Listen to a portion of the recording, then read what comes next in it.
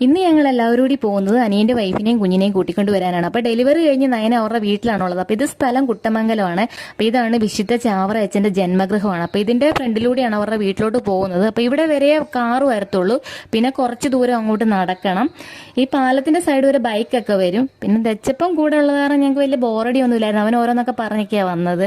പിന്നെ പാലം കയറി അക്കരെ ഇറക്കി കഴിഞ്ഞാൽ ഇവിടുത്തെ സ്കൂളാണ് SNDP higher secondary school Kuttamangalam. ഇവിടുന്ന് കുറച്ച് ദൂരമുള്ളൂ പിന്നെ അവരുടെ വീട്ടിലോട്ട്. പെട്ടെന്ന് തന്നെ അവരുടെ വീട്ടിലെത്തി.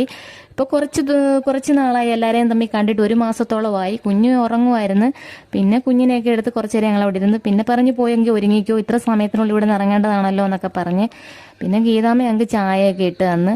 ദച്ചപ്പം പിന്നെ കുഞ്ഞിനെ കളിപ്പിക്കുമായിരുന്നു, എന്തൊക്കെയോ പറയുമായിരുന്നു അവന്. കരയല്ലെന്ന് പറ.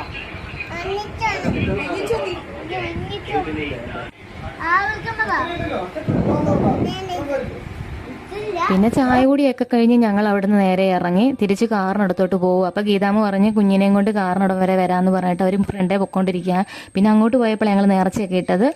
പിന്നെ ഞങ്ങൾ തിരിച്ച് ഞങ്ങളുടെ അവിടെ എത്തി. ഇതാണ് തട്ടാശ്ശേരി ജംഗ്ഷൻ. അപ്പം ജങ്കാറ് കയറി വേണം അക്കരയ്ക്ക് പോകാനായിട്ട്.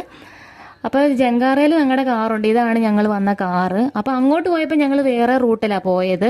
ജങ്കാർ കയറി അക്കരെ ഇറങ്ങുവാണെങ്കിൽ പെട്ടെന്ന് തന്നെ വീട്ടിലെത്താൻ പറ്റും. അപ്പോൾ ഇത് സ്ഥലം ഏതാണെന്ന് ചോദിച്ചു കഴിഞ്ഞാൽ കാവാലം തട്ടാശ്ശേരി ജംഗ്ഷനാണ്.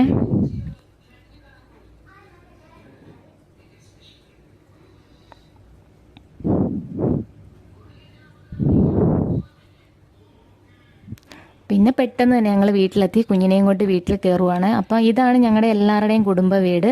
അപ്പോൾ കുഞ്ഞുമായിട്ട് അകത്ത് അറിയാവോ? വല്ല പരിചയമുണ്ടോ? ഇല്ലേ? മൂക്കിയിട്ട് കളയും ആണോ?